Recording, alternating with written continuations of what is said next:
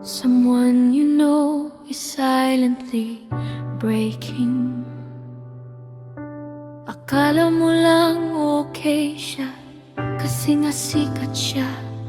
Marami siyang pera, papasok sa trabaho,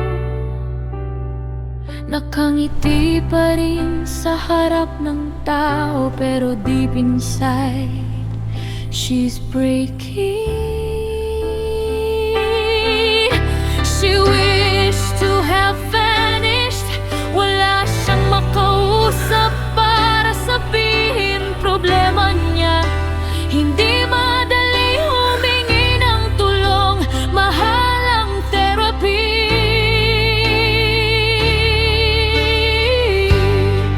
AI kayang sumagot pero walang pakiramdam. Saan ako tatakbo? Sino kakausapin ko? Hindi ko na kaya.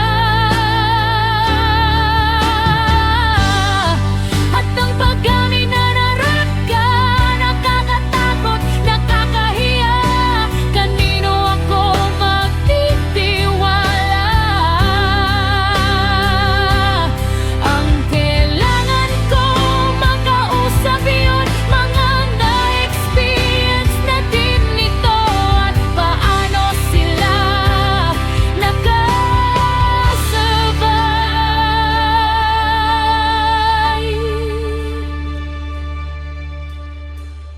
That's why we created Lived Life, kung saan pwede ka mag-open ng anonymous at makausap ang mga totoong tao na pinagdaanan na rin ang pinagdadaanan